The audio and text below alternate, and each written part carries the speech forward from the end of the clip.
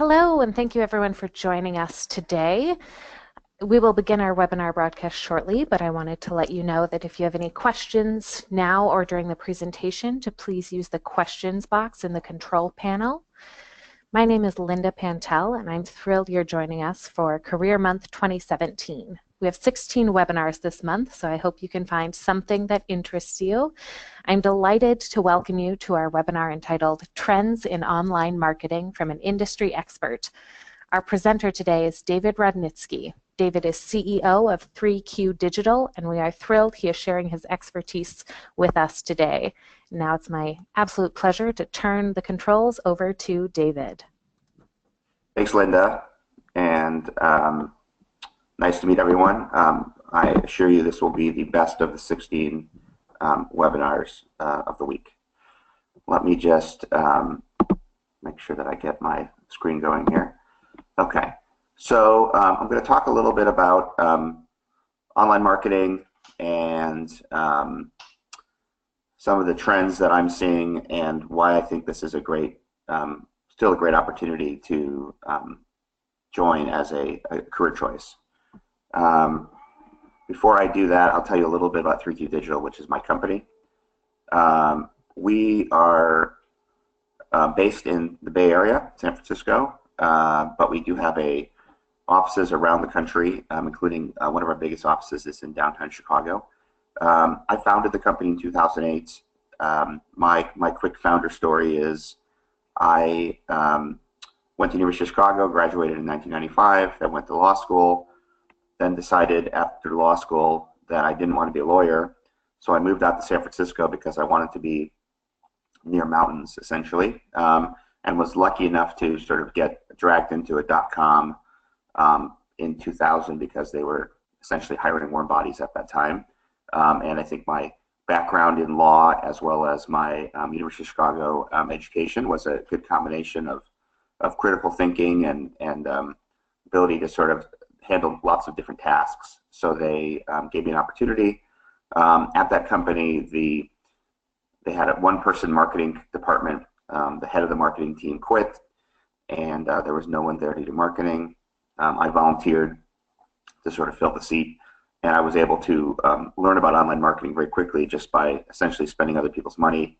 I worked at a variety of .coms from 2000 to 2007, getting increasing responsibility and, of course, learning a lot along the way. And then in 2007, I decided that I was kind of done working for other people, in part because the company I was working at, I was flying to India once a quarter. I didn't really like the culture of the company, and my wife was pregnant, so it seemed like a good time to not be working for someone else. So I literally set up shop in a coffee shop in Pacifica, California, which is a little surf city outside of San Francisco, in 2008, and I've been fortunate to grow the company since then. And I'll tell you a little bit more about what we do in a second. But as I said, we have 240 people today. We have, I think, 9 offices. We were acquired in 2015 by a company called Hart Hanks out of San Antonio, Texas, which is a publicly traded company. But we still run it very independently, and I'm still the CEO. I still make the decisions on a daily basis. I think one of the things we're most proud of at our company is the type of clients that we attract. So our clients are all interested in performance-driven online marketing, so driving ROI from what they do. And we typically have what I would say is the fastest high-growth companies as our clients. So the social networks are a great group of clients for us: Facebook, Instagram, Pinterest, LinkedIn. Those are all companies that we both buy advertising on, but also buy their advertising through us, through our agency. And then we have a lot of other great clients that are, in anything from fintech to e-commerce to software as a service. And again, what we're doing for these clients is we're buying media online that for every dollar they spend, they're getting something more than $1 back in performance. So I'll show some examples later, but something like a Google advertisement would be an example of what we're buying for clients. So let's talk about marketing challenges broadly. What is happening in the online marketing world today? Let me just open this up to make sure that I see any questions that anyone has. Okay.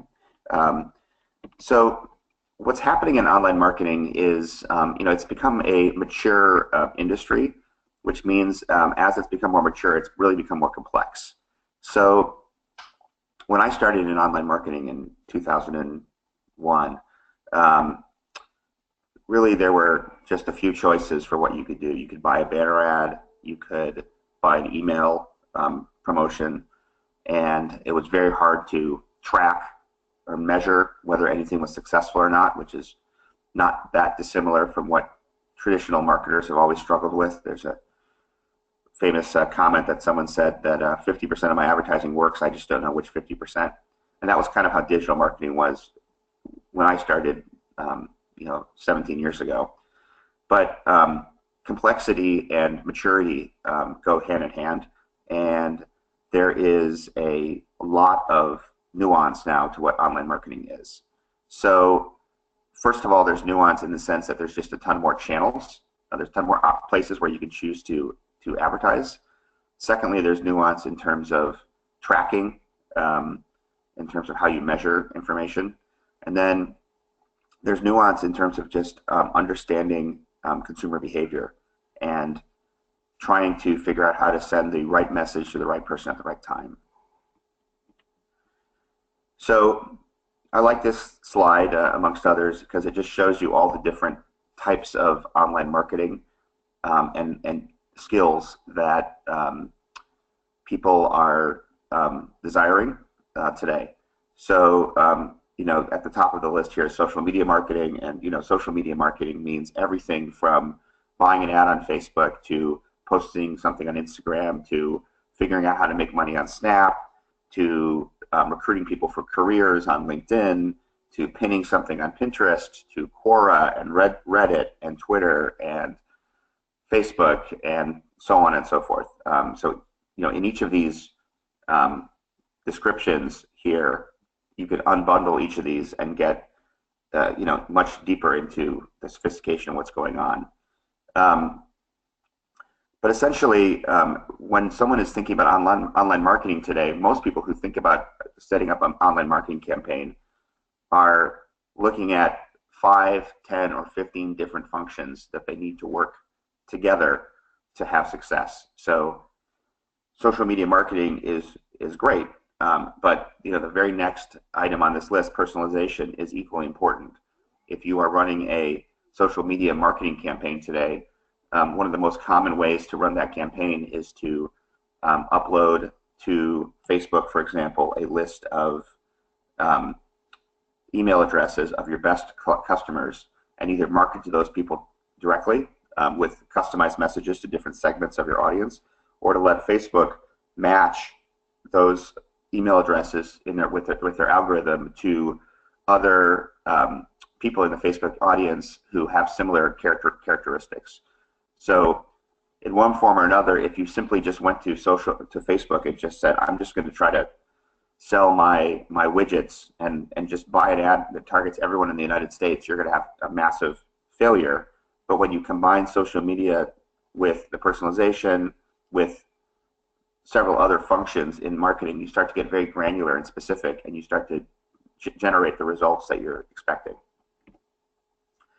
So another way to think about this is there's sort of two aspects of online marketing today. First is understanding who the customer is, and second is figuring out how to market to where that customer is and how to reach them.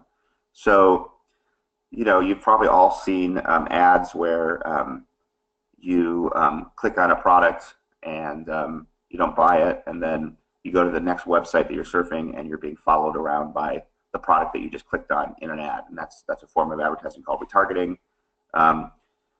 Maybe a more subtle form of marketing is when you go to Amazon and you are on the homepage, and the products that they're recommending there are products that are appealing to you, but those are fundamentally different products that they're going to recommend to someone who has had a different shopping experience on Amazon.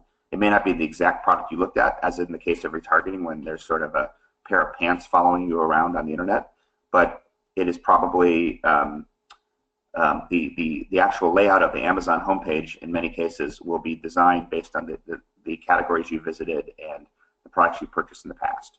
So that's an example of how, either from an advertising perspective or a marketing perspective, understanding the customer is key to marketing.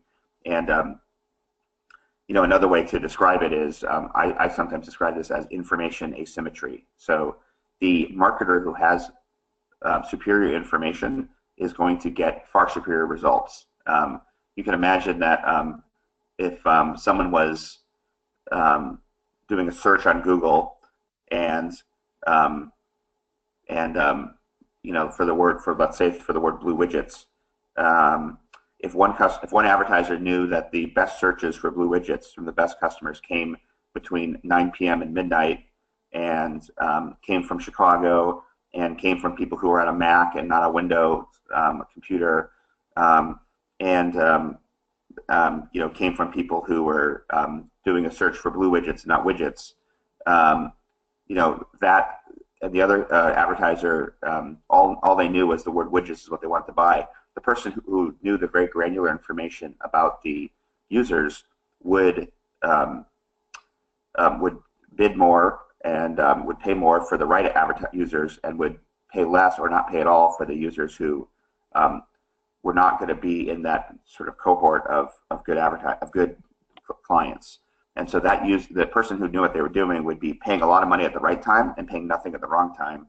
And the opposite would happen with the person who didn't know what they were doing. They would be buying all the traffic that the smart advertiser doesn't want, and consequently would be costing themselves a lot of money.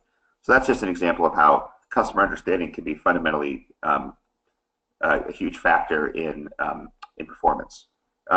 Marketing effectiveness is the other aspect of this, which is all the stuff that I just talked about outside of who the customer is. Things like putting the right technology in place. So making sure that you have measurement to know which customers are buying, which customers aren't buying, making sure you're able to test different user experiences to figure out if a customers respond to one type of web experience versus another, figuring out how to track customers as they go from their desktop to their mobile devices, and so on and so forth. So these two things combined really go back to the notion of information asymmetry, the notion that the more information you have, the smarter you are going to be at your targeting the right customer and measuring results so that you can watch and repeat and have better performance going forward as you learn from historical data. Another way to look at this, just another slice of sort of saying the same thing, is that when we think about what we do in online marketing, we can break it down across the customer understanding, which we talked about, the data that we just talked about, and then how we apply that information. We can apply it on different devices with different strategies. So obviously, a mobile device is much smaller than a desktop. Someone on a mobile device is likely to be out of their house or not necessarily seated at a desk, so they've got to have a different need for information at that time. So you want to have a different experience, and that may result in having a different form of media that you're advertising on. On a mobile app, you might want to do an in-app advertisement because someone's using an application, and a different user experience in the sense that people can only scroll so much on a mobile app. They don't like to typically click on things as much, and you need to make sure that the fonts are bigger and so that people can actually read what they're doing.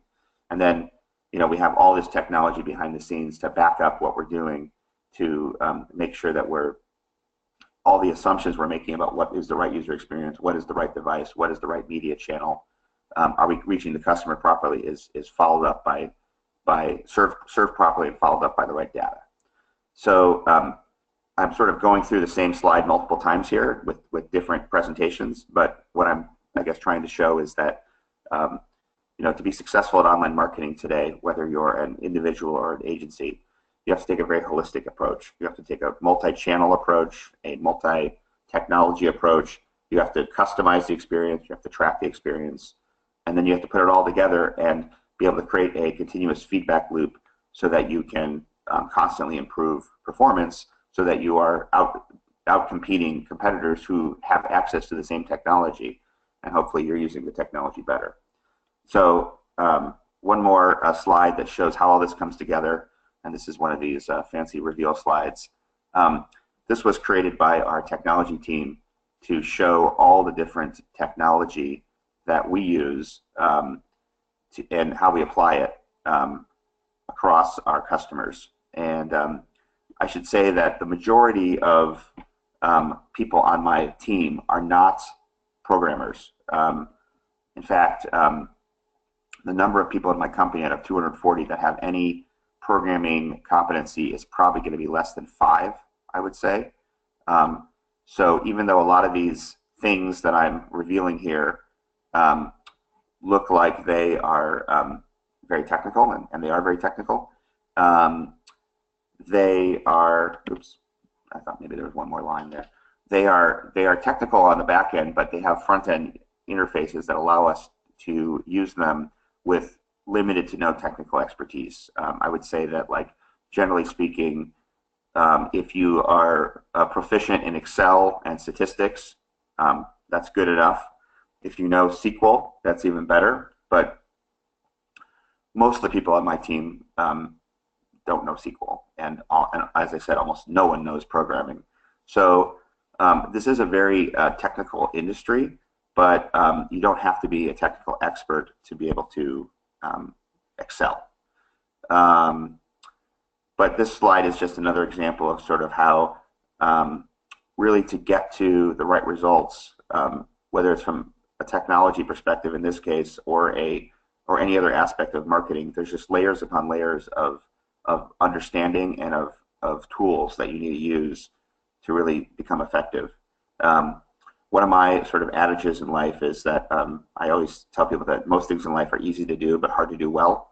I think I probably learned this at the University of Chicago when I worked for the Chicago Maroon as a writer and an editor, where I realized that putting together a newspaper or writing an article is pretty easy, but writing a good article is really hard. And I think that's the case here in online marketing. I think there is maybe a tendency of people to say, oh, online marketing, I can do this. I understand Google. I understand Facebook. I'll just sort of go out and read a book on it and I'll be ready to go. And I think as you sort of peel back layers of the onion, you realize how much complexity there really is. And again, I'm not trying to toot my own horn and say, oh, we are incredibly hard and we're so much different than any other industry. I think my point that I'm making here is that every industry is very complex once you sort of start to learn it, and online marketing is no different than that. So now that I've sort of given you guys an overview of some of the sort of challenges that marketers face and some of the complexity, I thought I'd break it down a little bit and talk about what online marketers actually do all day. And I'm going to give you an example from search engine marketing. So the core of 3Q Digital's business traditionally was search engine marketing. And search engine marketing essentially is buying ads on Google and on Bing and on any other search engine. So when you do a search on Google and you type in, Chicago restaurants, something like that, you're going to see a combination of paid results and organic results. And the paid results are the ones that say ad next to them. And they're the first 4 ads on the top of the page. And those are what we're optimizing for on an SEM basis, search engine marketing. There's also something called search engine optimization, which is the optimization of the organic results that are the free listings that Google's algorithm scours the web to determine the most relevant results for a particular query. So we do that as well. But in this case, I'm just going to talk about what someone does for search engine marketing. So many years ago, I came up with this concept of 7 habits of highly effective search engine marketing, which I borrowed from Stephen Covey's book, The 7 Habits of Highly Effective People, I believe is the name of the book.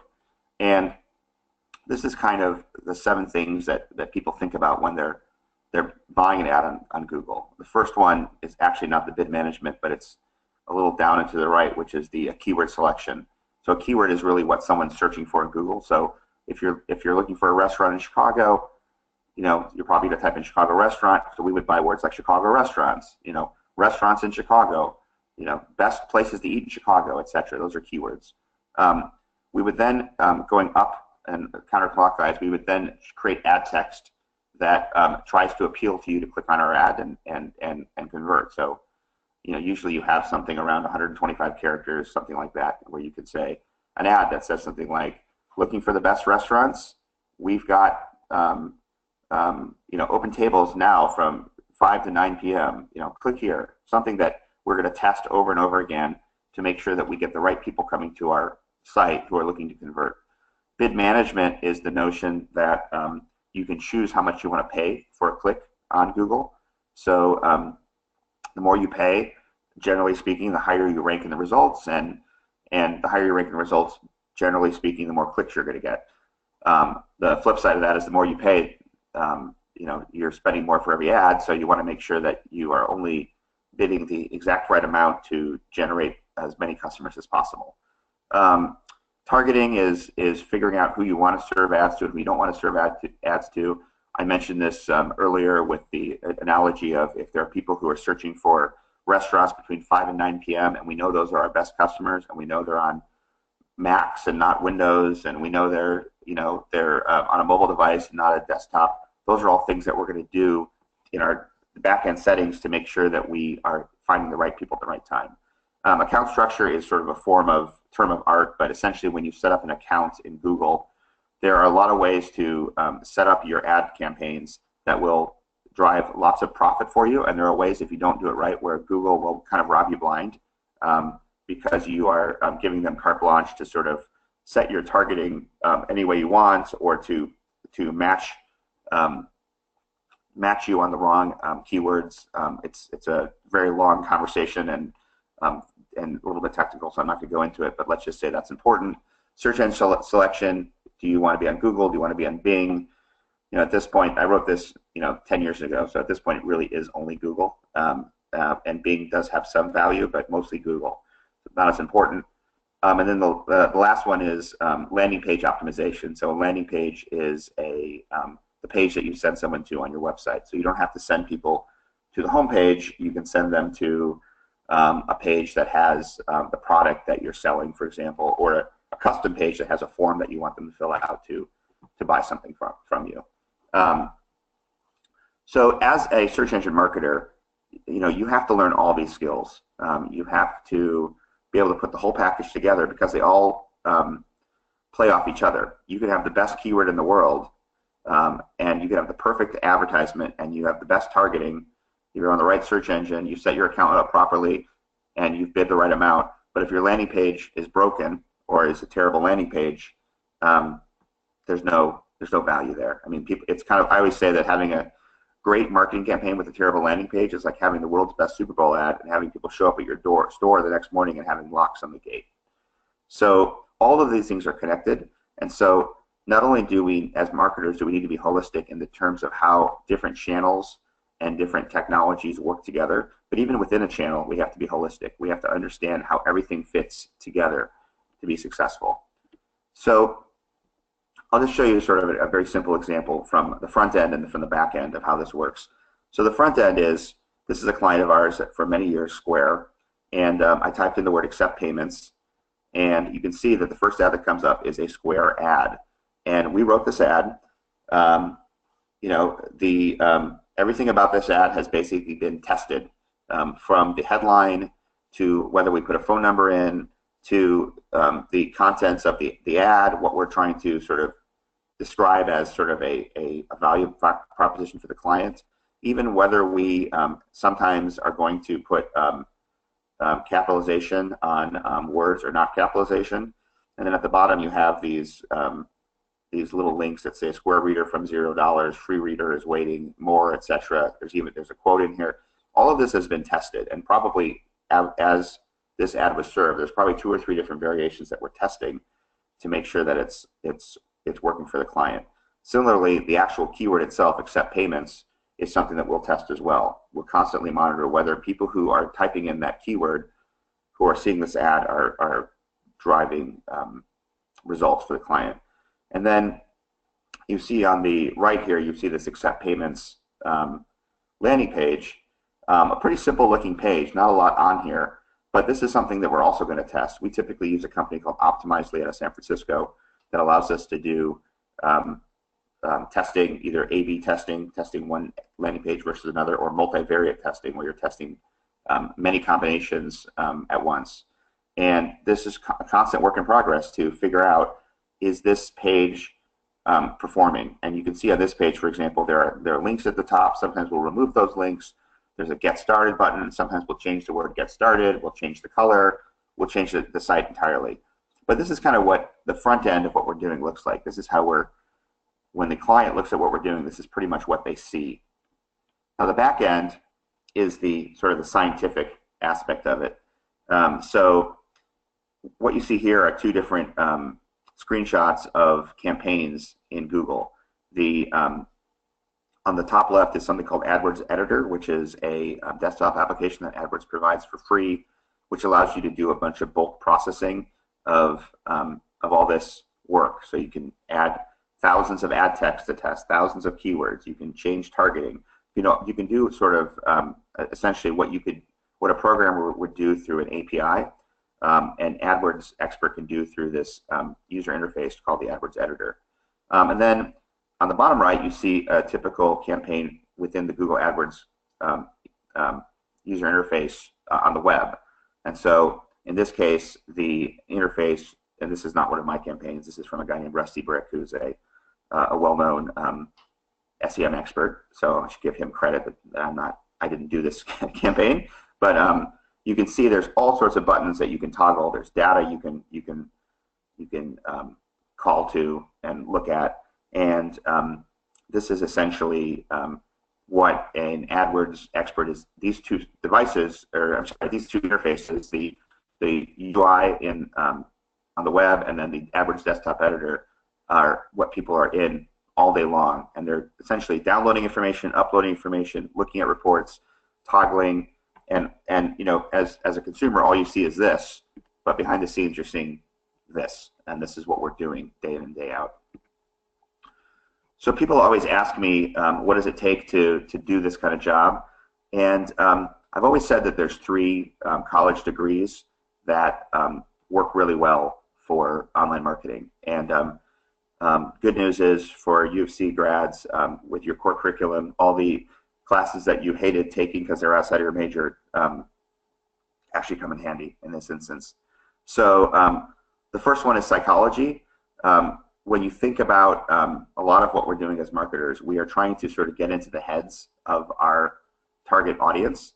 So, you know, what is the right combination of messaging and landing page that is going to drive performance? What is going to get someone to decide to buy our product and not someone else's product?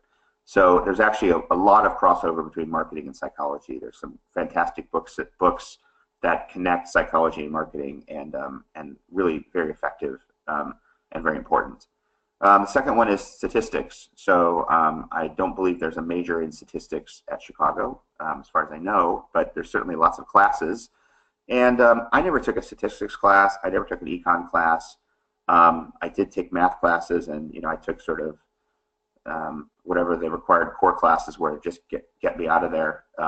So I'm not a math guru, and most people on my team aren't math gurus either. But the more you can sort of understand Excel and understand how to sort of just run different analysis on data, whether you're looking at, you know, just very simple things like I got 10,000 clicks, and I got 5,000 you know, people to fill out a form, and 200 people converted, and you know, what is the conversion rate? How much did I pay per click? What is the, you know, using a simple online calculator to figure out statistical significance to just know when you've got enough data to sort of move forward. This is not rocket science. This is not advanced math degrees. This is just knowing basic foundational, you know, stats. And you could probably take an online course in an hour or two and get yourself up to snuff to be able to sort of be sufficient here. But if you've taken a college class, that's even better. And the last one is, I think this class still exists at Chicago called the Little Red Schoolhouse. I never took it, but it's just the concept of being a good writer. And I call it sort of creative writing or writing. If you look back to that ad that we wrote for Square, you don't have that much text, but you have to be very clear, you have to be compelling, you have to differentiate your product. And that just kind of goes throughout all marketing. People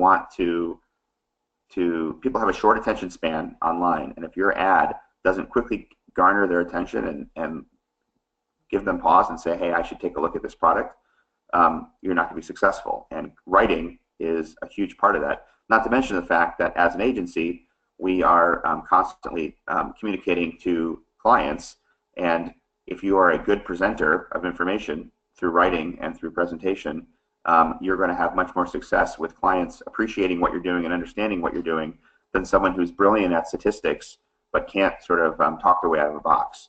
So, the creative writing and how you format your presentations to clients is also important. One thing that I do tell people with online marketing is there's a really huge learning curve. So, I showed you some of these screenshots of our user interfaces that we use through Google. I talked about all the different technologies and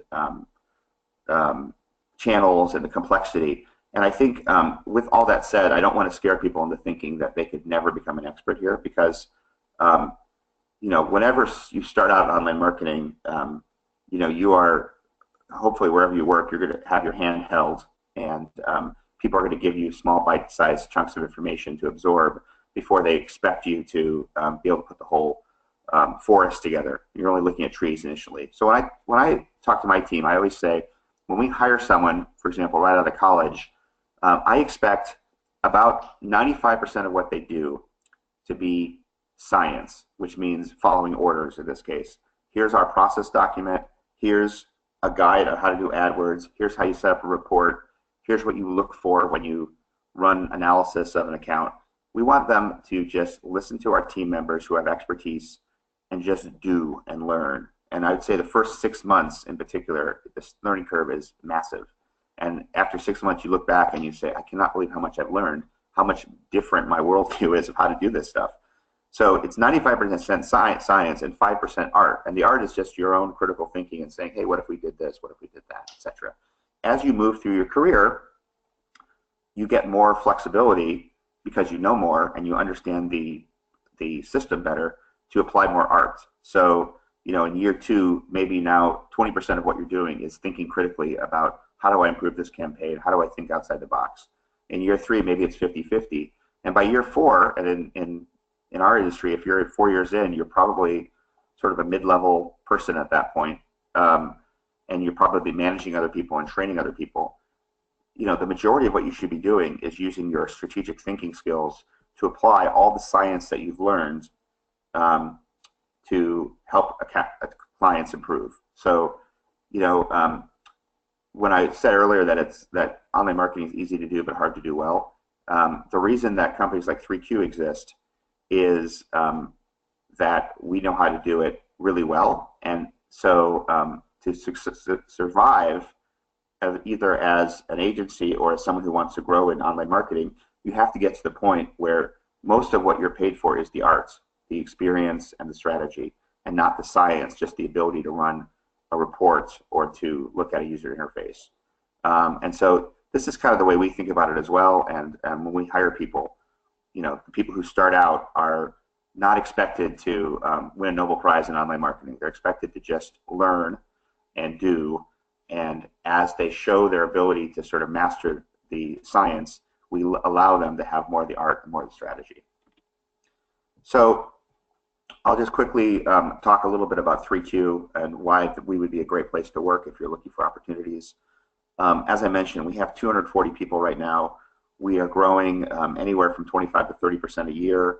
We have the absolute best clients in the world, coolest clients in the world, and we have a lot of open recs right now. I think we have 28 open recs, and we're usually pretty agnostic as to where someone works. So our biggest offices in the San Francisco Bay Area, and then Chicago and San Diego. We have offices in New York, in Charlottesville, Virginia, Burlington, Vermont, Austin, Texas, Raleigh, Durham. Did I say San Diego? I think I said San Diego. And we're actually probably going to be opening some international offices in the near future. But just to show you some trends that are happening in the marketplace quickly, and why it's relevant and valuable for 3Q. If you look at where marketing spend is going, obviously from this chart it's pretty clear it's going to digital. But what's even more interesting is that of the first 5 channels, other than email marketing, we have expertise 3Q in 4 of those. So if any of those 4 are areas of interest for you, we are probably hiring and looking for people in that space. Just in general, when you look at online versus traditional media, the game is pretty much over. That's not to say that there's not going to be a role for TV and print and out of home, which is like billboards and buses and whatnot. But according to this chart, around 2017, so last year was the year that digital finally broke through and actually was now more than 50% of spend. So that's a pretty crazy growth, considering that in 2000, traditional was 100% of media, and now we're looking at digital being the biggest and just growing from there, taking over. One thing I do think is really important that we emphasize at 3Q is culture. So I do think that we have the absolute best people, and we have the best clients, and you learn more at 3Q than probably anywhere else you could go for online marketing. But at the end of the day, I think that because we're going to be spending 50% of our waking hours working at a company, we should work at a company that we really believe in and we really feel like is a great place to work. Just to show you sort of how important values are, this is from Netflix. This is from a document called their culture doc, which I think is an amazing must-read document, and the URL is listed below here. But I always love this because they talk about how every company will say they have corporate company values, and here are 4: integrity, communication, respect, excellence. Sounds great. This must be a great company. And then they point out, well, these were the values of Enron. And so, values are not what you say. It's values are what you do. And so that's something that we feel very strongly in at 3Q. And if you go in and apply for a job at 3Q and get an interview, and you ask someone, what are our 5 core values? Hopefully everyone in the company is going to be able to recite these to you and tell you what they mean. And so real quickly, our values are own it, which is take responsibility. Everyone is a client, which means even the janitor should be treated with respect. Act for the greater good. That means no politics. That means just looking out for what's best for clients and for best for the company. Create the next great thing, which is about innovation, and then do the math, which we talked about before, which is just being quantifiable in everything you do. The other thing we do, in addition to having values, we also have promises to team members. And if we ever don't deliver on these, I always ask team members to call me out so we can do a better job. But be a meritocracy. We're not, again, it kind of goes back to no politics. People get promoted because they deserve to get promoted, and when people get promoted, the people who didn't get promoted usually understand exactly why. Trust team members. We give people a lot of flexibility. So we have unlimited PTO. We have work from home. I'm actually working from home today. And we just give people, we just hire the best people, and then we trust them to make smart decisions. We don't work with jerks. So we fire people who, as clients or as team members, who act rudely or disrespectfully.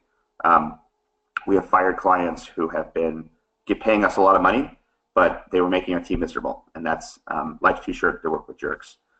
Transparency, which essentially means that we're, as an executive team, we're not trying to hide the ball. We're trying to be open and honest with everyone we talk to. And then opportunities to learn and grow. We have a full-time training team. We have frequent guest speakers come into the office to talk about interesting topics. We have comprehensive Wikipedia, sort of our own Wikipedia inside the company, and constant training, because we want people to learn, and as both in terms of their marketing, but just as individuals, we want them to grow. I mentioned some of the perks that we have: unlimited PTO, work from home, all sorts of benefits. Essentially, we try to compete with the Silicon Valley culture. We don't have free lunch every day, which some companies out here do, but we do have free lunch once a week. But in general, I'd say that our teams feel like they are well taken care of, and that we are all constantly looking for ways to give them more benefits where we can. So that's it. I think I probably spoke for about 30 minutes, hopefully, and I will take any questions. And I'd also just say that if anyone does want to apply, you can go to the website, to the careers page, or you can, I'm sure you could find my email somewhere on the internet, but it's david@32digital.com. You can send me an email and I'll route it to the careers team. Wonderful. Thank you, David. We have been getting a lot of questions. This is very exciting. Can you tell us what role do you see AI playing in customer understanding? Yeah, I mean, I think AI is going to be increasingly important, and AI stands for artificial intelligence. For those who don't know that, I think the other term that people use sometimes interchangeably is machine learning, or ML. Yeah, I mean, I think that there are a lot of examples where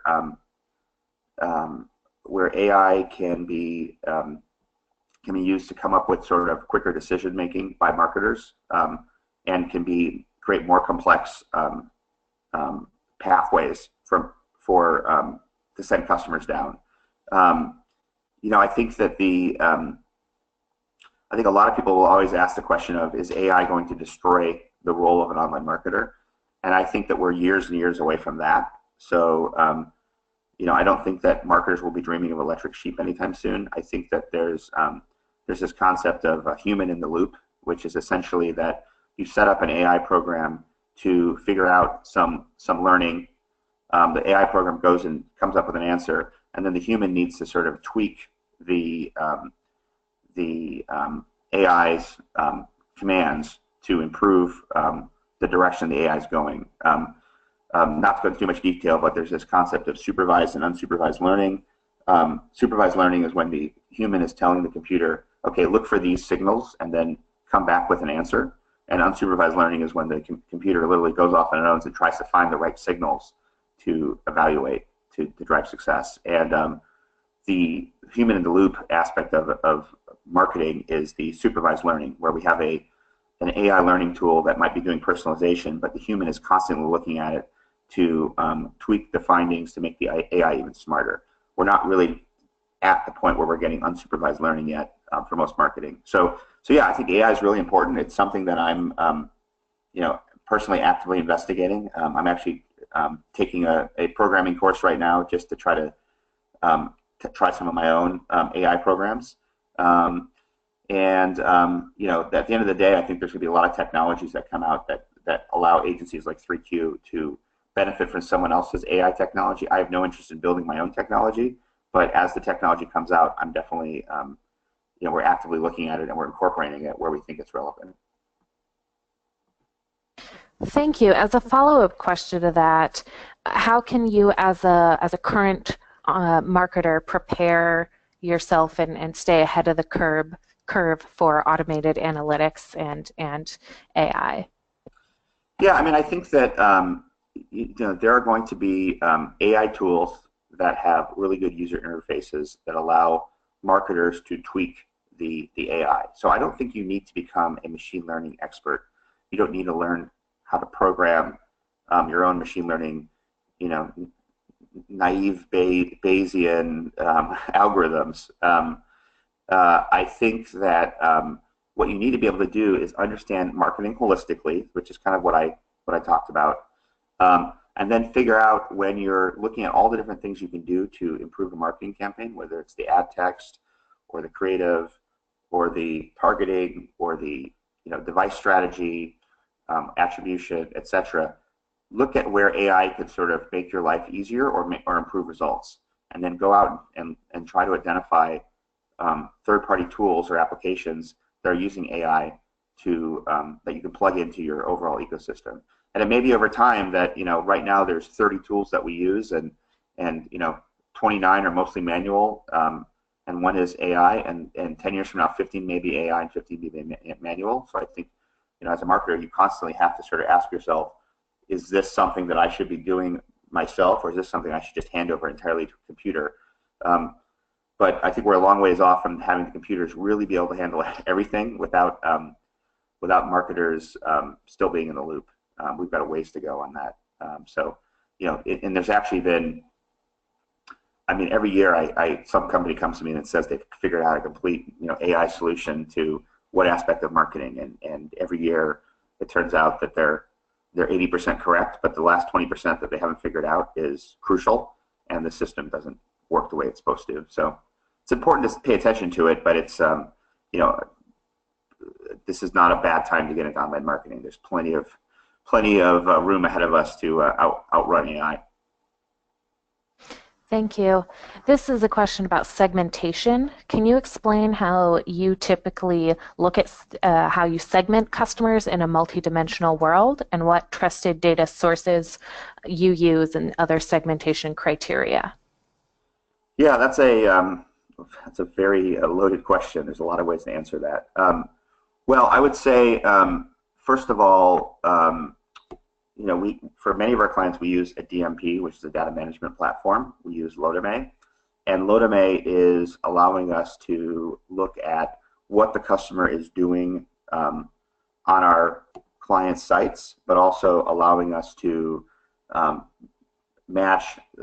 to collect information about that customer from third-party data sources like Experian or Datalogix, or somewhere where we can get sort of demographic and psychographic information about the customer.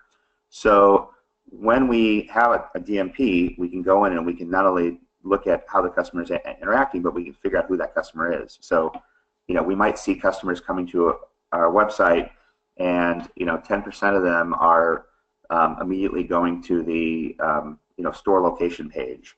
But then when we look at Lotame, we say, oh, well, the 10% that are coming, most of these people are stay-at-home moms. So, that seems to indicate that stay-at-home moms have a desire to come into local store locations. So we've thus created a segment by using the combination of data that we see someone using on the site and third-party data that we can collect. The other thing that we often do is we combine what I would describe there as quantitative segmentation with qualitative segmentation. So we're actually doing surveys, sometimes on the site itself and sometimes through third-party survey tools, and asking people questions. We're saying, like, hey, if you were going to buy this product, would you buy it in the store, or would you buy it online, and so on and so forth. And so we're combining the quantitative data with the qualitative data. The last thing we're doing is we're using technology such as attribution technology. We use Convertro, is the company that we use, to look at a customer going across multiple channels and multiple devices to figure out what their path looks like. So someone who starts on a mobile device and then actually goes into a store and then comes back home and buys it on a computer, can we stitch all that together, combine it with the segmentation information we have, and start to see how the customer journey is really sort of manifesting itself? So I don't know if I answered the question fully or not, but I would say that the segmentation analysis comes from a combination of qualitative and quantitative research. It comes from first-party data that we're collecting on a website, and then from third-party data that we're sometimes buying, and then it comes from trying to patch it all together with attribution tools and other analytics technology. Wonderful. Thank you for answering that very large question. Would you, if you had a reading list that you would recommend to people who are interested in, cutting-edge materials, books, sources, what would that list look like? Yeah, I don't know if it's cutting edge or not, but my sort of favorite books. One is called Influence: The Psychology of Persuasion by Robert Cialdini, and that's kind of the interface between psychology and marketing. I could read that book all day long. It's just amazing. I would say that there's a book called Why We Buy by Paco Underhill about why we bought, purchase, and shop in supermarkets, which is just a fascinating read. Anything by Seth Godin is good. I guess one of my favorites is Purple Cow, very short book, but just very compelling. There's a book called The I believe it's called the 25 Immutable Laws of Branding, or which I'm not a branding expert, but I really find that fascinating. I think that's by Al and Laura Ries, R-I-E-S. And then, there's a couple good usability books. There's a book called Waiting for Your Cat to Bark, which is pretty funny, just about how you sort of think about usability. Those are some that come to mind. I don't know, none of these are cutting edge. These are all probably 5 or 6 years old, but they're ones that I've enjoyed and that have been thought-provoking. Wonderful. Those are excellent foundation sources. I'm excited to read some of those. Thank you. Sure. We have a few more questions. Let me see here. And this goes back to an earlier slide about your continuous feedback loop. And what are some key issues that you see pertaining to that model? Number one is having the right data. So, if you don't have enough data, for example, and you're trying to do a feedback loop, you're going to start making conclusions with bad information. Similarly, if your data is bad data, so let's say, for example, that you're not, and this is kind of inside baseball, but let's say that you're giving all credit to your last click as opposed to doing an attributed click. You might conclude that brand keywords are the number one driver of performance, and you should shift all your budget to the brand keyword. When in fact, if you did an attributed data, you would find that there's a lot of other influences that deserve the credit. So being able to sort of be smart about making sure that the data is good. I mean, sometimes they say garbage in, garbage out. That's what you want to avoid. And then I would say, there's the maybe sort of related is the false positive, false negative problem, which can be caused by bad data or lack of data, but just sort of drawing the wrong conclusion. I'll give you a good example. We had a client many years ago that I was looking at their Google Analytics, and I noticed that their performance on Google AdWords was through the roof at 8 a.m. Every morning. And I thought, well, man, these people, their clients must be getting up before they go to work and purchasing something. This is awesome. This is a huge win. We're just going to shift all our budget to 8 a.m. And then I did a little more digging, and I realized that the client was releasing an email newsletter of their sale every morning at 8 a.m. And what people were doing is they were going to Google and they were typing in the client name and then clicking on a paid search ad for the brand keyword and then buying something, even though they were already existing subscribers to the company. So that's an example where if I had not sort of dug deeper into the data, I would have made a totally ridiculous decision where it turns out that almost none of the value that we thought we were creating was caused by us. It was just caused by people navigating to the sale from their email through Google. So yeah, I think the biggest thing with continuous feedback loop is having the right data, making the right interpretations. And then I guess the other thing is making sure you have the right components that you're looking in the feedback loop, making sure that you're testing every aspect of the loop instead of just testing 2 or 3 aspects out of 5 or 6. Wonderful. Thank you. Unfortunately, it does bring us to the end of our time today. Thank you so much for that overview over what you do and the future of and thank you, everyone, for your questions. We do still have several other Career Month webinars, so stay tuned for our website for those updates, and we will also be sending out a recording of this wonderful presentation. Thank you so much, David. Thank you.